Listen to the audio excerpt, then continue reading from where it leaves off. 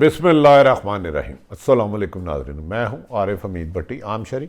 नाज़रीन, आप जानते हैं इलाज की गरज से 3 दफ़ा वज़ीर-ए-आज़म रहने वाले नवाज शरीफ लंदन 2 साल पहले गए और उनके क़यादत सीनियर रहनुमा आजकल दावा कर रहे थे कि नवाज शरीफ दिसंबर में आ रहे हैं, जनवरी में आ रहे हैं। आज नवाज शरीफ ने अहम ज़राए के मुताबिक अपनी जमात के सीनियर रहनुमा को शटअप कॉल दे दी, खबरदार मैं पाकिस्तान नहीं आऊँगा और मेरे आने में इस किस्म का बयान दिया तो मैं आपको सख्ती से उसके खिलाफ कार्रवाई करूंगा। इससे पार्टी में सख्त बददिली फैल गई।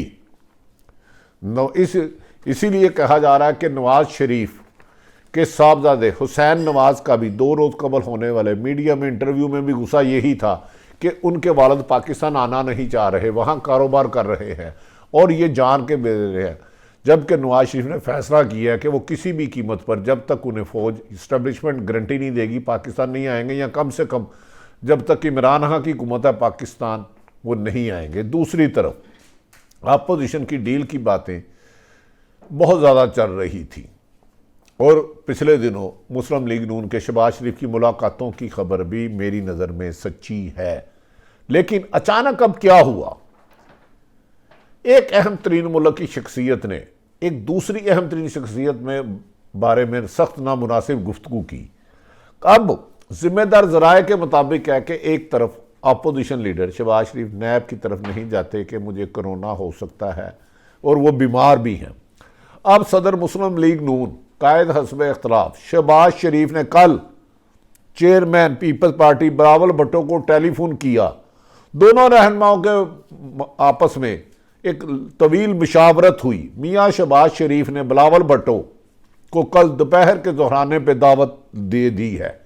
कहा जा रहा है कि इस मौके पर मरियम नवाज और हमजा शहबाज भी पीपल्स पार्टी की क़यादत से मुलाकात करेंगे, जबकि बिलावल भुट्टो एक बड़े डेलीगेशन के साथ जाएंगे। बज़ाहिर तो अपोजिशन उसको तासुर दे रही है कि अदम एतमाद लाने के लिए ये मुलाकात की जा रही है। हमारी इतलात के मुताबिक इस मुल्ला शहबाज शरीफ ने बिलावल भुट्टो को नवाज शरीफ के कहने पे फ़ोन किया है, क्योंकि नवाज शरीफ अरसा दराज से अपोजिशन मुस्लिम लीग नून के कायद हैं, कोशिश कर रहे थे उन्हें और उनकी साहबजादी को रिलीफ मिला जाए और उन्हें बेगुनाह कराया जाए जिन्हें अदालतें नाहल दे चुकी हैं। जब ये बात ख़त्मी नहीं हो चुकी और शहबाज शरीफ तक ठीक हुआ तो नवाज शरीफ खासे आजकल अग्रेसिव हो गए हैं। उन्होंने कहा है कि जितना मर्जी पैसा लगता है लगे, इमरान खान की हुकूमत को गिराना है। मेरी अपनी राय है कि अपोजिशन उस वक़्त तक अदम एतमाद नामुमकिन है जब तक ताकतवर हलकों का साथ ना हो। अब क्या कैसे पसे पर्दा पाकिस्तान के वज़ीर-ए-आज़म इमरान खान साहब चीन के कामयाब दौरे पर गए, जहां उनकी शी जिनपिंग के चीनी सदर से भी मुलाकात होगी, रशिया के प्रेसिडेंट से भी मुलाकात होगी। क्या अमेरिका की ये शीरबाद के इशारे पर अपोजिशन अचानक मुतरक हो गई? क्योंकि पाकिस्तान में अगर सी पैक बनता है तो उसकी सबसे ज़्यादा तकलीफ़ भारत और अमेरिका को है। अगर पाकिस्तान में अमन होता है तो इसकी भी तकलीफ़ भारत और अमेरिका को है। पाकिस्तान की दोस्ती चीन से होती है तो इसका भी खदशा उसको है। अब अचानक पाकिस्तान में दहशतगर्दी शुरू करा दी गई। बलूचिस्तान में हमारे पाक फ़ौज के अफसर और जवान, एक कप्तान को और मेरे फ़ौजी भाई जवानों को शहीद कर दिया गया दहशतगर्दों ने, जिस पर आज DGISPR ने भारत की फ़ौज को शटअप कॉल दी कि हमने अगर सीज़ फायर किया था तो कश्मीरी लाइन पर रहने वालों को भारत किसी गलतफहमी का शिकार ना रहे। पाकिस्तान ऐसा मुंह तोड़ जवाब देगा कि भारत दुनिया के नक्शे में नज़र नहीं आएगा। नाज़रीन, ये अपोजिशन की कल की मीटिंग के पीछे कोई ना कोई थ्योरी ज़रूर है। कोई गैर मुल्की ताकत है या अंदरूनी, ये तो वक्त आने पर सामने आएगा।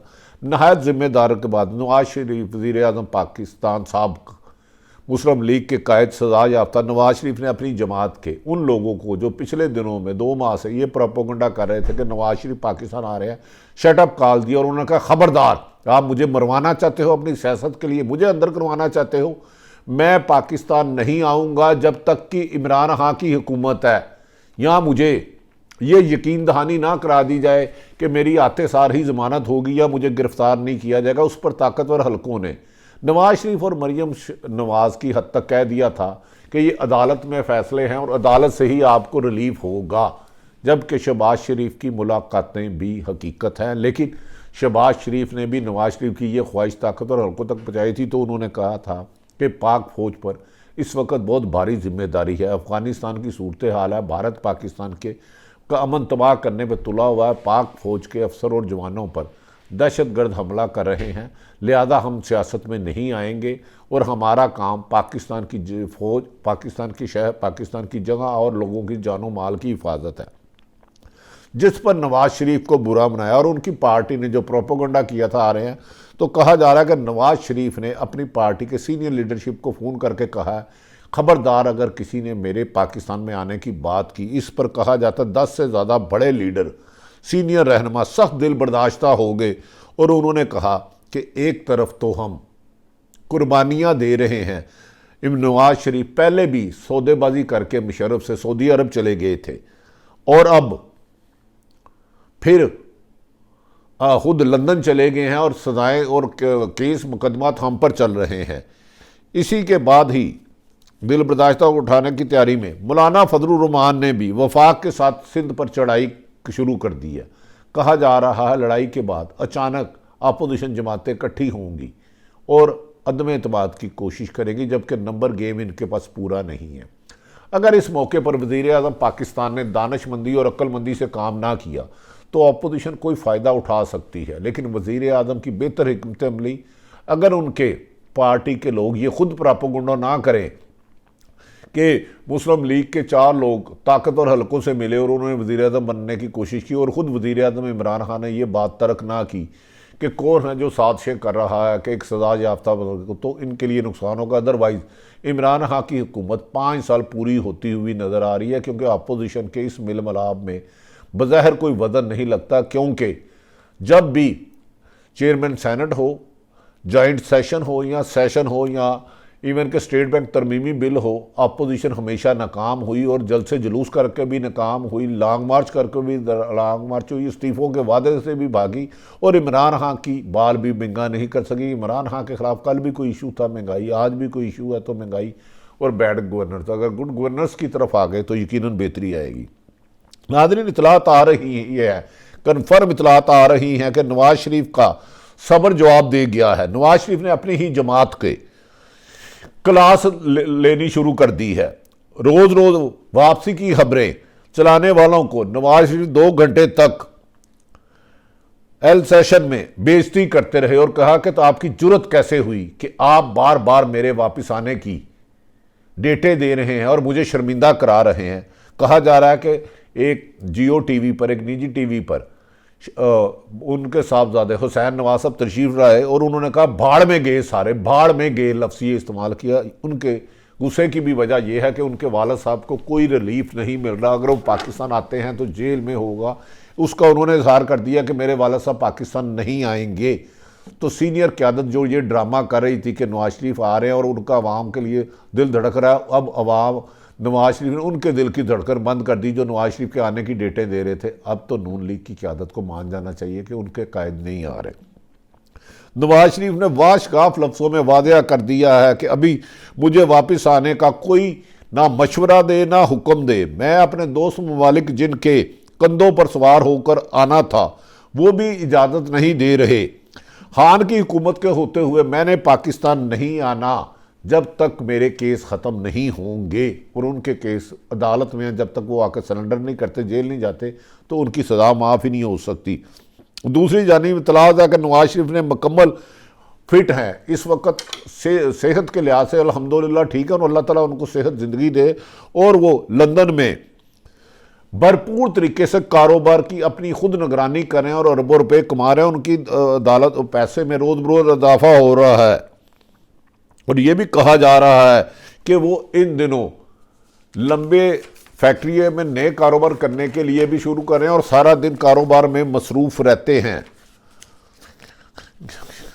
दूसरी तरफ नाजरीन, कहा जा रहा है कि मौलाना फजलुर रहमान ने आज MQM से मुलाकात की है और मुलाकात के बाद मीडिया से गुफ्तगू करते हुए मौलाना फजलुर रहमान ने कहा मुल्क में जो हो रहा है खुदा जाने वो किसके मुफाद में हो रहा है। उन्होंने भी सख्त तनकीद, मालूम नहीं मुस्तकबिल में पाकिस्तान को आज़ाद रियासत कहा भी जा सकता है कि नहीं ना जाने। ये अपोजिशन जमात अगर इक़्तिदार में नहीं तो इनको मुल्क का वजूद क्यों ख़तरे में नज़र आता है।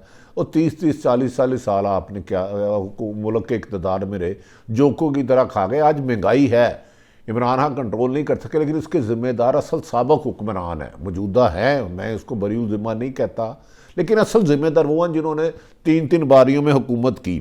मौलाना ने अब ऐसी बातें करें कि पाकिस्तान की सलामती पर भी सवाल उठा रहे हैं।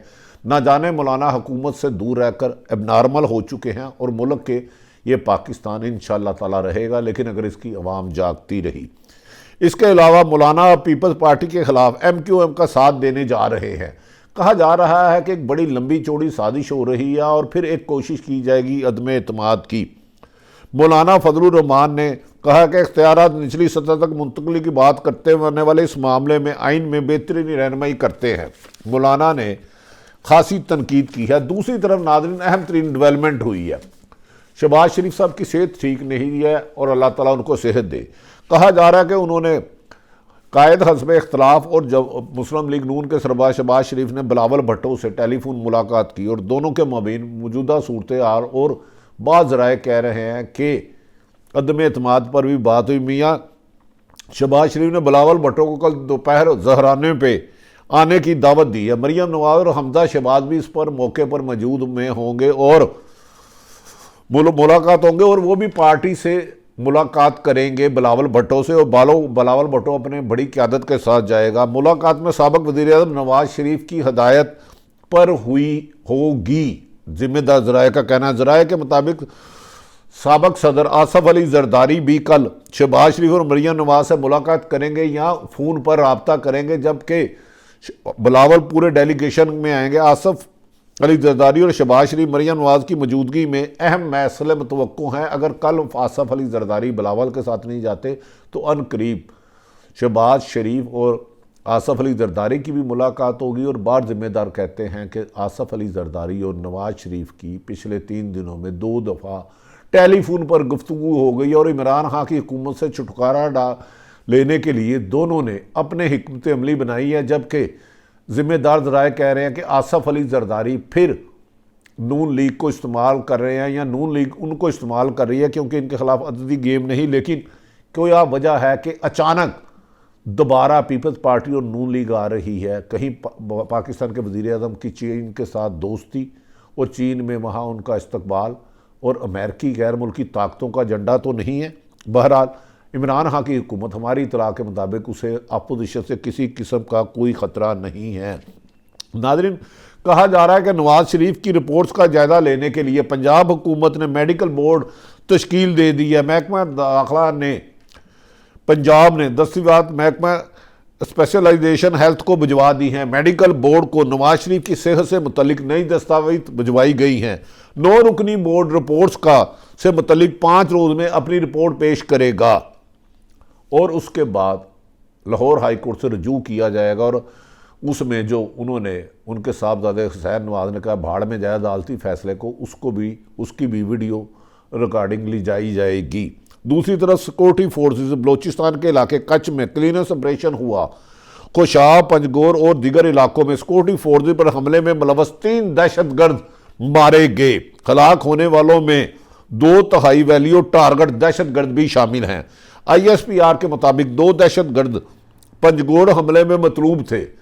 हलाक होने वाले दहशतगर्दों के कमांडर समीर उर्फ बहार, कमांडर अल्ताफ उर्फ लालिक और कमांडर बलोच शामिल है। उधर चमन में दस्ती बम धमाके में 6 अफराद जख्मी हो गए और जख्मियों में 8 बच्चे भी शामिल हैं। नाज़रीन, इस सिलसिले में पाक फौज की आला सतही इजलास में फैसला किया गया है कि मुल्क में दहशतगर्दी करने वालों का कला कमा करने के लिए पाक फौज इंटेलिजेंस ज़राए और साइंटिफिक तरीके से बड़ा ऑपरेशन करने जा रही है। हमें उम्मीद है कि पाक फौज के अफसर और जवानों की अल्लाह हिफाजत करेगा और इस मुल्क में अमन रहेगा। जबकि अपोजिशन और हुकूमत की लड़ाई में कौन जीतता है कौन हारता है इसका तो नहीं पता, लेकिन साजिशें खासी बुली जा रही हैं। सारी सूरत हाल आपके सामने रखी, अपने इर्द गिर्द वालों का ख्याल रखें। पाकिस्तान जिंदाबाद।